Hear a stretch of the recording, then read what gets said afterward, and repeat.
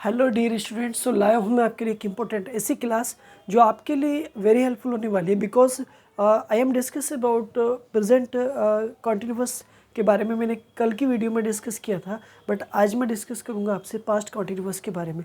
Generally basic हम अपने friends से बातें करते हैं और एक ऐसी घटना है जो हमारी बीत जाती है ना, और जो रनिंग होती है, जो बीती हुई घटनाएं जो रनिंग थी वो अब पास्ट कॉन्टीन्यूअस में कन्वर्ट हो जाती है, यानी पास्ट कॉन्टीन्यूअस में एक्शन हमारा होता है। ठीक है, तो ऐसे सेंटेंसेस को हम कैसे क्या कहते हैं? पास्ट कॉन्टीन्यूअस के कैसे सेंटेंसेस कहते हैं? इंटेरोगेटिव,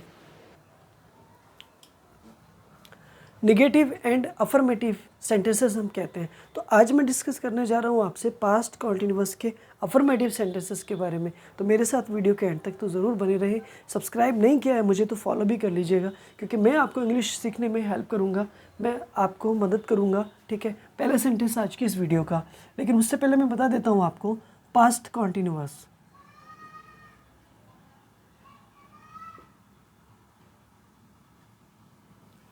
पास्ट कॉन्टीन्यूअस का अफर्मेटिव सेंटेंस,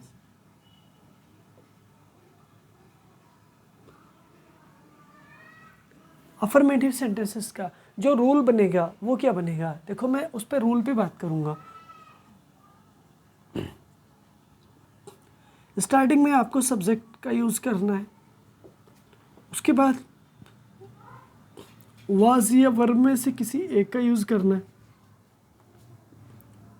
वर्ब की फर्स्ट फॉर्म प्लस आईएनजी का यूज़ करना है, और प्लस ऑब्जेक्ट का यूज़ करना है, और लास्ट में लगा देना है फुल स्टॉप। राइट, तो मुझे उम्मीद है यहाँ तक मेरी बात आपको अच्छे से समझ में आ रही है। ओके, हाँ है ना, मेरे साथ बने रहे। ठीक है, नेक्स्ट देखो, सब्जेक्ट होगा। अभी तक आपने इज आर एम का यूज़ किया था लास्ट वीडियो में, हाँ है ना, ठीक है, बट यहाँ पर आपको वाज वर का यूज़ करना है। ओहो, तो आपने ना जान लिया, आपने लर्न कर लिया कि पास्ट कॉन्टीन्यूअस के अंदर वाज वर का यूज़ किया जाता है इज आर एम के प्लेस पर, हाँ है ना, राइट, क्लियर हो गया। ठीक है, उसके बाद में देखो वर्ब की फर्स्ट फॉर्म वैसी ही रहेगी जैसे दी गई थी, बिल्कुल राइट। उसके बाद ऑब्जेक्ट भी रहेगा। तो इसका इट मीन्स ये हुआ subject plus verb plus object आपके सब्जेक्ट यानी पूरे सेंटेंसेस का स्ट्रक्चर बनकर तैयार हो गया, और आपको अब ये स्ट्रक्चर भूलने की ज़रूरत नहीं है, हाँ या ना, ठीक है। ओके, सो आज की वीडियो का पहला सेंटेंस आपके सामने मैं लेकर के आ रहा हूँ। उसको हमें इंग्लिश में कैसे ट्रांसलेट करना है वो मैं आपको बड़े इजी तरीके से एक्सप्लेन कर चुका हूँ पहली वीडियोस में भी और इसमें भी। नेक्स्ट, जैसे कि लड़के एक निबंध लिख रहे थे। पहला सेंटेंस है मेरा, लड़के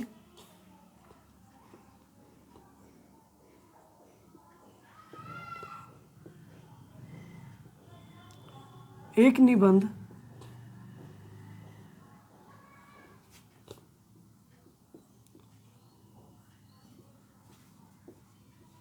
लिख रहे थे। जी, लड़के एक निबंध लिख रहे थे। ओके, देखो सब्जेक्ट कौन हुआ आपका? पहले नंबर पर लड़के, उसके बाद थे, ठीक है, उसके बाद राइटिंग, उसके बाद क्या? ऐसे, हाँ या ना, ठीक है। तो देखो द बॉयज़, द बॉयज़, तो बॉयज़ के साथ में आप वाज लगाओगे या वर लगाओगे? दोनों में से एक बताओ, हाँ या ना, ठीक है, शाबाश। यानी क्या लगाएंगे आप? वर लगाएंगे, वर। द बॉयज़ वर क्या लिख रहे थे? राइटिंग।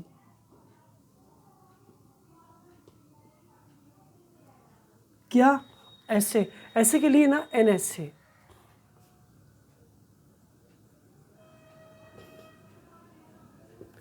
NSA। तो इस इट मीन्स ये हुआ कि वो बच्चे ना एक निबंध लिख रहे थे, मैं यहाँ पर ही कह सकता हूँ। लेकिन अगर एक ना होता तो द ऐसे होता तो भी ठीक हो जाता, या राइटिंग ऐसे अगर होता ना तो भी ठीक हो जाता। बट आर्टिकल आप यहाँ पर मैंने एक ऐसे की वजह से, क्योंकि सभी का टॉपिक एक ही होगा। जैसे आपको इंडिपेंडेंस डे पर ऐसे लिखना है, जैसे आपको ईद पर ऐसे लिखना है, या जैसे किसी भी एक पर्टिकुलर टॉपिक पर लिखना है तो एक पर्टिकुलर टॉपिक होगा, और उस पर आप लिखने के लिए आपको एन का मैंने यूज़ किया, राइट। इसी तरह से सपोज आप एन को हटा देंगे तो भी आपका सेंटेंस ठीक हो जाएगा, बट वो भी एक ऐसे होगा। बट अगर आप दा लगा देंगे तो भी आपका ठीक हो जाएगा, there is no difference. Okay, समझ आ रहा है? नेक्स्ट सेंटेंस नंबर आपका सेकेंड, यात्री अजमेर जा रहे थे।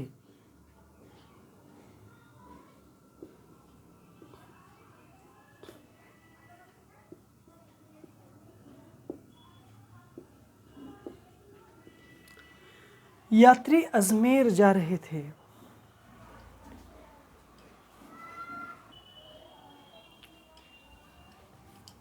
तो आपको ना यहाँ पे देखना है सब्जेक्ट कौन हुआ आपका, नंबर 1, नंबर 2 ये रहा, उसके बाद नंबर 3 ये रहा, और नंबर 4 आपका ये रहा, है ना। ठीक है, ट्रैवल से बना है ट्रैवलर, ट्रैवल से बना है ट्रैवलर, तो द ट्रैवलर्स, अब एक है ट्रैवलर या बहुत सारे, वो आपको फैसला करना है, ये मुझे लास्ट में बताएगा। तो ट्रैवलर में बहुत सारे होते हैं ना, तो द ट्रैवलर,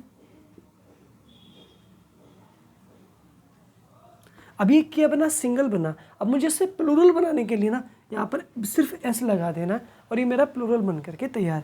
द ट्रेवलर्स के बाद में वर, वर के बाद गोइंग, गोइंग कहाँ, अजमेर, ओके अजमेर, राइट, कोई दिक्कत नहीं।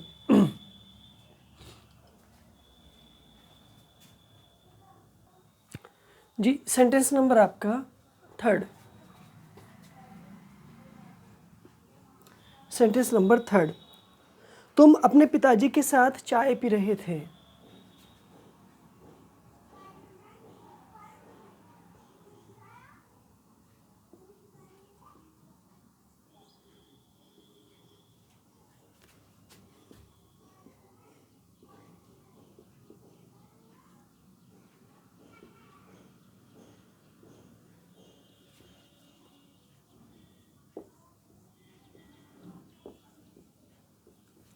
जी, तुम अपने पिताजी के साथ चाय पी रहे थे।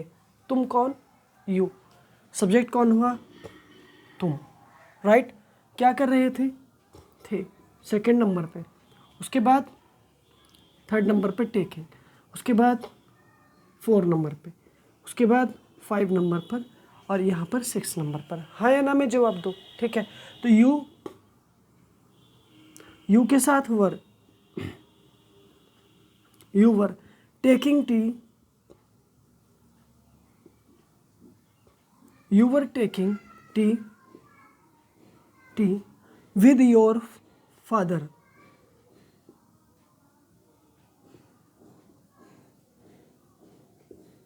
with your father, राइट, समझ आ गया ना। ठीक है, तो देखो सब्जेक्ट कौन हुआ, यू, ये जो वर आ रहा है ना यू के साथ आ रहा है, और टेकिंग का मतलब पीना, टी का मतलब चाय, और विद योर फादर, विद का मतलब एज ए प्रीपोजिशन है जो अपने पिताजी के साथ में यूज़ हो रहा है, यानी कि you were taking T with your father, तुम अपने पिताजी के साथ चाय पी रहे थे। नेक्स्ट क्वेश्चन नंबर 4, कुली मेरा सामान स्टेशन पर ले जा रहा था।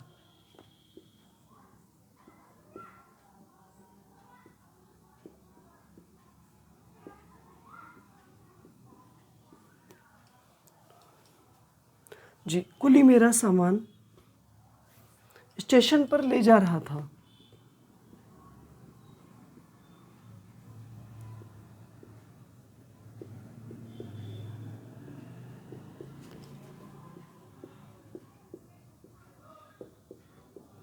जी, कुली मेरा सामान स्टेशन पर ले जा रहा था, तो मेरा सेंटेंस आप ये बना, यानी कुली मेरा सामान स्टेशन पर ले करके जा रहा था।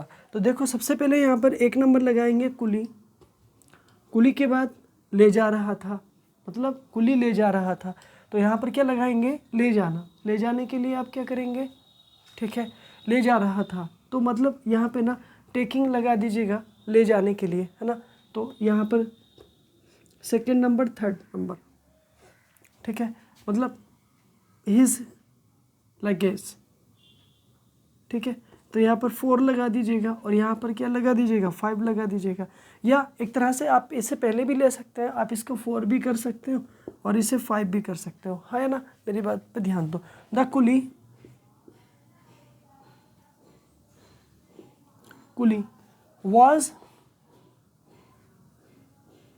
was, ठीक है, टेकिंग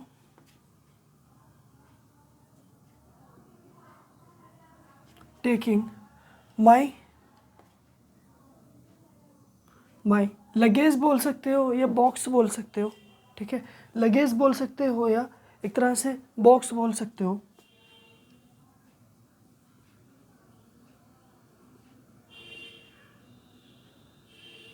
लगेज।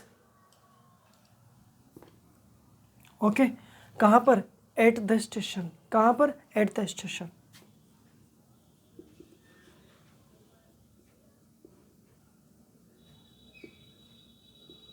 यहाँ पर ना ऑन भी हो सकता है, आप ना यहाँ पर ऑन भी लिख सकते हैं, ठीक है, ऑन द स्टेशन भी आ जाएगा, बट आपको उससे मतलब कंफ्यूज नहीं होना है, आपको एट या ऑन दोनों कर देंगे ना, कोई दिक्कत नहीं है। फिर ठीक है, वो समझने के लिए आपको नेक्स्ट वीडियो में बताया जाएगा, क्योंकि एट और ऑन में क्या डिफरेंस है, ठीक है। फिलहाल आप यहाँ पर एक नॉर्मल स्टूडेंट की तरह आप एट या ऑन में से किसी का भी यूज़ कर सकते हैं। The coolie was taking my luggage at the station, right. तो कुली के ना स्पेलिंग याद रखनी, पहली बात तो ये है आपको। फिर दूसरी बात, कुली के साथ क्या आ रहा है? वॉज आ रहा है, टेकिंग आ गया, और माई लगेज मतलब मेरा सामान, और एट द स्टेशन का मतलब स्टेशन यानी रेलवे स्टेशन की बात हो रही है, राइट। कोई दिक्कत?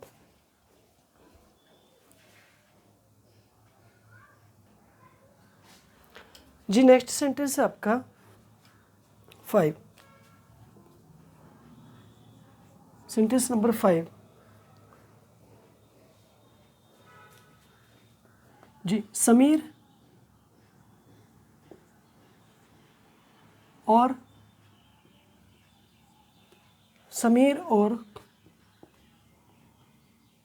अनस, समीर और अनस क्रिकेट खेल रहे थे।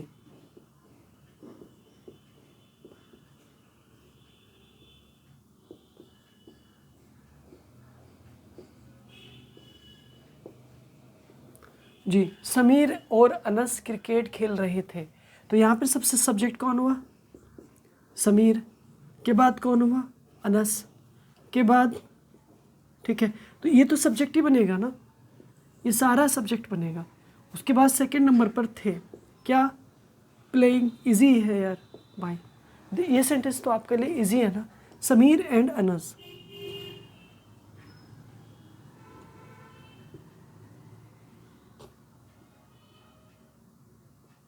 Sameer and Anas were playing cricket, were playing cricket. Okay, यानी कि Sameer and Anas were playing cricket, Sameer और अनस क्रिकेट खेल रहे थे। Question number 6, question number 6, Azhan नदी में स्नान कर रहा था।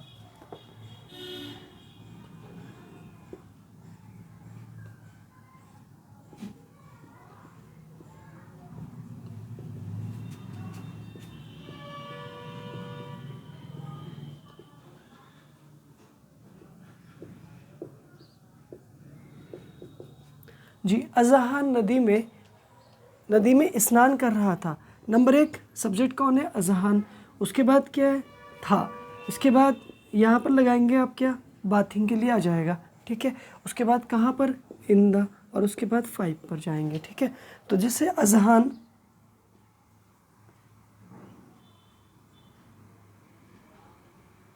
अजहान के साथ was, bathing,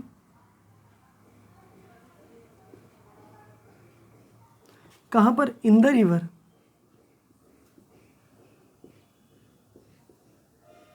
in the river, right. तो देखो अजहान, अजहान के साथ क्या आएगा? Was bathing in the river. Next,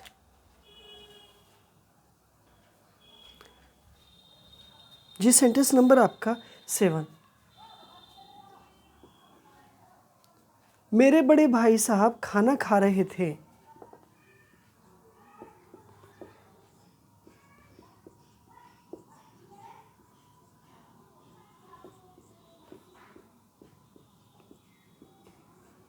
मेरे बड़े भाई साहब खाना खा रहे थे।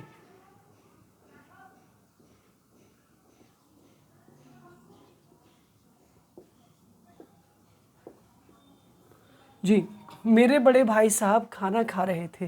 तो मेरे बड़े भाई साहब, है ना, तो ये ना इतना सब एक साथ उठ करके आएगा, एक नंबर पे जाएगा। नंबर सेकंड यहाँ पर 2 नंबर पे जाएगा। अब एक बात बताओ मेरे बड़े भाई साहब, एक हैं या बहुत सारे हैं? एक है ना, तो अब उस सेंस के अकॉर्डिंग आपको लगाना है, ठीक है। अब यहाँ पर टेकिंग लगा देंगे 3rd नंबर पर और नंबर 4 पर आ जाएगा। तो माई एल्डर ब्रदर आएगा। क्या? My elder brother.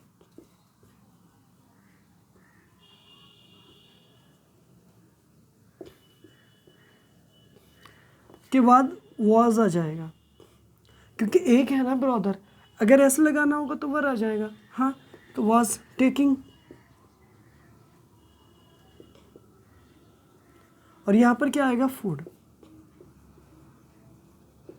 ओके, तो देखो माई एल्डर ब्रदर, एल्डर क्या हुआ? एक एडजेक्टिव हुआ, और ब्रदर क्या हुआ? नाउन हुआ। तो नाउन से पहले एडजेक्टिव आएगा, ठीक है। उसके बाद सिंगुलर है तो वाज आएगा और टेकिंग फूड आ जाएगा। नेक्स्ट सेंटेंस नंबर 8, ये लड़का बाजार से आम खरीद रहा था।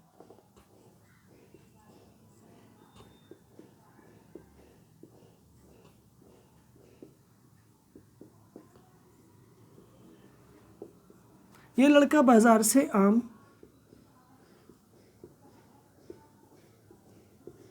खरीद रहा था। ये लड़का बाजार से आम खरीद रहा था। तो यहाँ पर नंबर 1 था, सेकंड, थर्ड बाइंग, कहाँ? क्या? मैंगोज, कहाँ? Number 5 in the market. तो this boy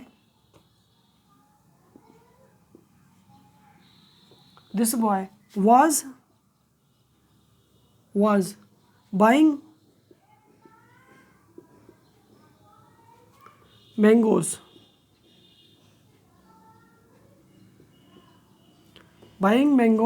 in the market।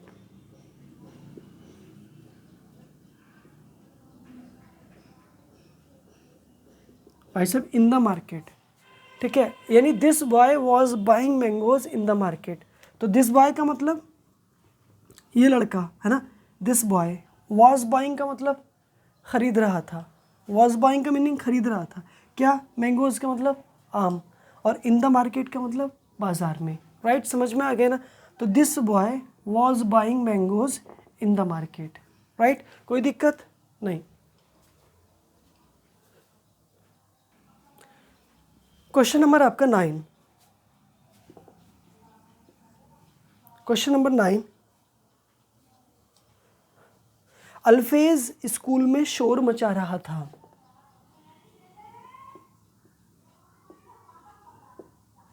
अल्फेज school में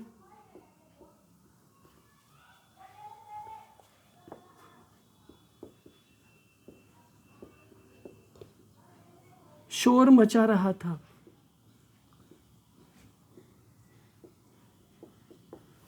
राइट, अल्फेज स्कूल में शोर मचा रहा था।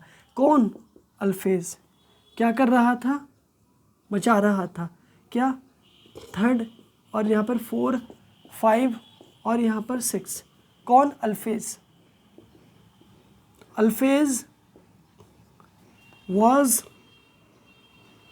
making a noise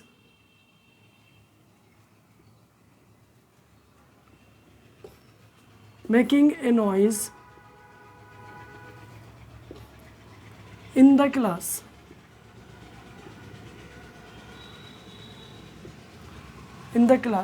यानी अल्फेज was making a noise in the class।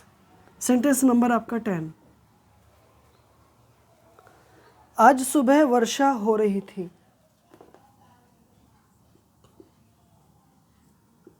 आज सुबह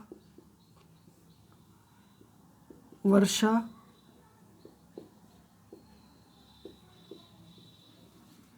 हो रही थी, मतलब आज सुबह वर्षा हो रही थी। ठीक है, तो यहाँ पर क्या लगाएंगे? वर्षा है ना, ये वर्षा सबसे पहले, तो आपको ना इट का यूज़ करना है ना। उसके बाद वाज लगाना है ना, और रेनिंग लगा देना है। ठीक है, उसके बाद में मॉर्निंग लगाना टुडे। ठीक है, तो it was,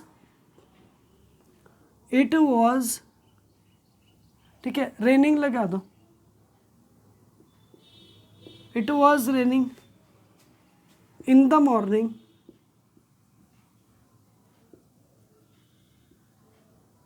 in the morning today, it was raining in the morning today, right. तो देखो वर्षा के लिए ना मैंने ना इट का इस्तेमाल किया और इट के बाद में वाज आया, रेनिंग आ गया और इन द मॉर्निंग टुडे आ गया। मुझे उम्मीद है मेरे ये सेंटेंसेस आपको बड़े प्यार के साथ ना समझ में ज़रूर आए होंगे डेफिनेटली। अगर एक बार समझ में नहीं आए तो आप प्लीज़ वीडियो को सेकेंड टाइम ज़रूर देखें। सो मैं यहाँ पर रूल नंबर फर्स्ट लिखने जा रहा हूँ। देखो रूल नंबर फर्स्ट आपका, सबसे पहली बात तो ये है कि आपको सेंटेंस में हिंदी के अंदर रहा था, रही थी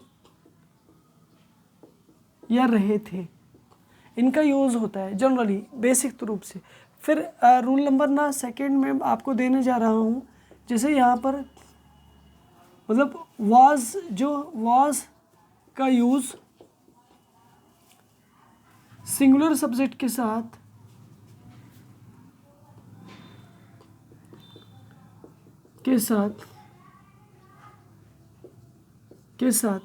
जबकि वर का यूज़ प्लूरल सब्जेक्ट के साथ। देखो एग्जाम्पल देखो यहाँ पे, he was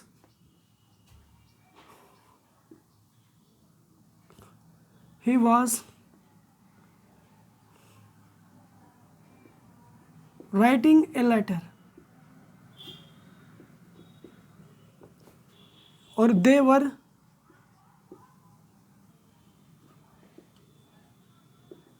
writing a letter।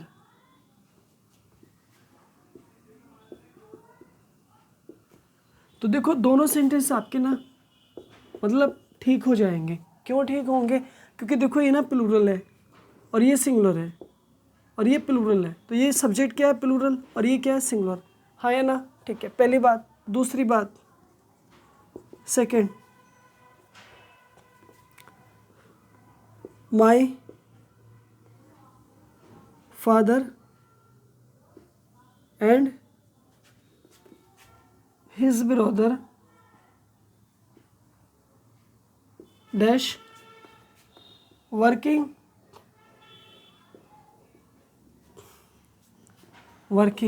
Option number A was, option number B were, option number C A and B, option number D none of them. तो देखो यहाँ पे ना my father and his brother, तो एक सही ऑप्शन होगा और आपको मिल भी गया होगा, यानी ये प्लूरल है। तो प्लूरल के साथ में आप क्या देंगे? एक तरह से वर का यूज़ दे देंगे कि my father and his brother were working. Okay, so dear students, मेरा ये क्वेश्चन था और आपका बिल्कुल ठीक होगा। सारी बातें अच्छे से समझ आई हैं। कुछ इंपॉर्टेंट टॉपिक अगर रह गया है तो प्लीज़ वो कमेंट में ज़रूर सेंड करें, और जो भी इम्पोर्टेंट आपको लगा है ना तो उसको आप ज़रूर अपने एक नोटबुक बना लीजिएगा, उसमें इंपॉर्टेंट टॉपिक को लिख लीजिएगा। अगर किसी सेंटेंस में समझ में नहीं आया है तो आप उसे ना सेकंड टाइम देखें, और मेरी इस वीडियो को सेकंड टाइम देखें आप, ठीक है। और देखने के बाद में अगर कुछ डाउट रह गया है तो आप मुझे कमेंट में सेंड करें, मैं आपकी हेल्प करूँगा। अपनी हेल्थ का ध्यान रखिएगा। Take care, bye bye.